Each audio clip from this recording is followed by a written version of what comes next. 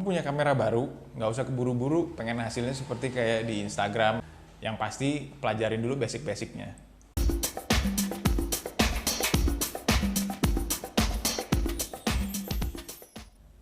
Halo, ketemu lagi sama saya Riza. Selamat datang di vlog saya.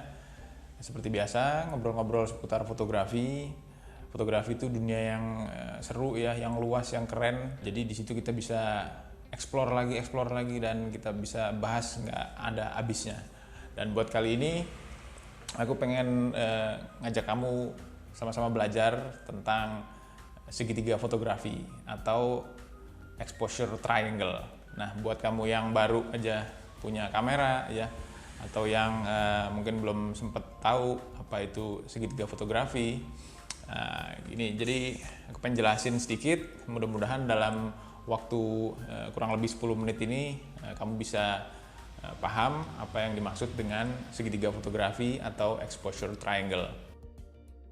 Ya, kita mulai dulu dari segitiga fotografi. Kenapa disebut segitiga fotografi? Jadi di sini adalah dalam dunia fotografi di kamera itu ada 3 elemen yang utama. Jadi yang pertama itu adalah ISO, yang kedua speed, yang ketiga aperture atau diafragma. Dan langsung aja kita lihat di sini. Kalau kamu udah punya kamera kayak DSLR atau mirrorless, cara ngaturnya pertama set dulu di mode ini M, manual ya. Jadi buat kamu yang punya kamera DSLR mirrorless. Nah, buat yang nggak ada di kameranya M-nya ini manual, berarti itu adalah kamera otomatis. Sayangnya nggak bisa diatur segitiga fotografinya. Pertama kita motret, kita harus set dulu ISO-nya. ISO itu adalah kepekaan sensornya si kamera. Jadi perhatiin kamu ada di mana ketika awal mau motret. Misalkan kamu ada di dalam ruangan seperti kayak di sini, berarti kamu harus set ISO-nya atau kepekaannya itu agak tinggi. Sedangkan kalau misalkan kamu ada di outdoor, di luar ruangan yang cahayanya banyak, kondisi siang, nah itu kamu bisa set ISO-nya di ISO rendah. Ya, jadi ISO ini atau sensor ini itu seperti kalau kita di dunia melukis ya, karena di fotografi ini kan artinya kan melukis pakai cahaya ya. Jadi pertama itu kita tentukan dulu kanvasnya, kita pakai kanvas yang seperti apa. Kalau misalkan kita main ISO rendah, berarti itu kita akan motret di yang cahayanya banyak. Artinya kita kanvasnya itu mau dilukis pakai tinta yang banyak gitu ya. Sedangkan kalau di indoor atau dalam ruangan, nah itu berarti kita set dulu ISO-nya yang lebih peka ya, karena minim cahaya kan kalau dalam ruangan atau di indoor itu. Jadi kita naikkan ISO-nya supaya si sensornya ini atau si kanvasnya itu lebih peka terhadap cahaya. Dan buat selanjutnya kita atur ada 2 elemen ini, ada speed dan ada aperture atau diafragma. Kita mulai dari mana? Nah, itu nanti tergantung. Jadi kamu bisa cek di video-videoku sebelumnya tentang pengaturan aperture, diafragma dan speed. Cuman buat di video kali ini aku akan simple aja jelasinnya. Jadi speed ini kita atur, kita set ketika kita mau motret itu hasilnya mau membekukan gerakan atau kita mau merekam gerakan, itu kita atur dulu di speednya ini. Misalkan kita akan motret sesuatu yang banyak bergerak ya, atau bahkan tangan kita sendiri ini bergerakan ya. Jadi kita harus set speednya ini di speed yang cepat supaya kameranya tidak shake, hasilnya tidak goyang, tidak blurry gitu ya. Nah, ini misalkan kayak gini, ini ada 1/80, atau yang lebih cepat lagi daripada itu kalau misalkan kita pengen membekukan gerakan atau lebih aman daripada gerakan tangan kita sendiri. Nah, seperti ini.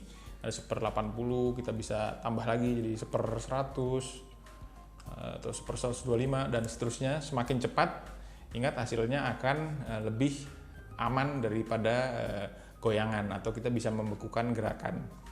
Dan yang ketiga adalah diafragma atau aperture. landanya ada F-nya begini, ini namanya ukuran diafragma. Kalau yang angkanya kecil itu berarti bukaan diafragma pada lensanya ini adalah besar.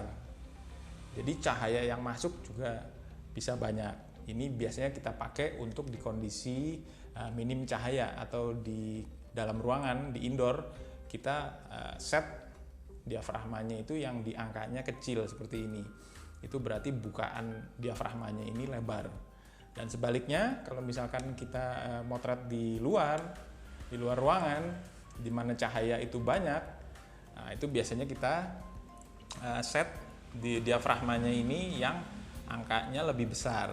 Seperti ini, misalkan F8, terus ada F13, F16, dan seterusnya. Yang angka-angkanya besar itu berarti bukaan diafragmanya di sini kecil.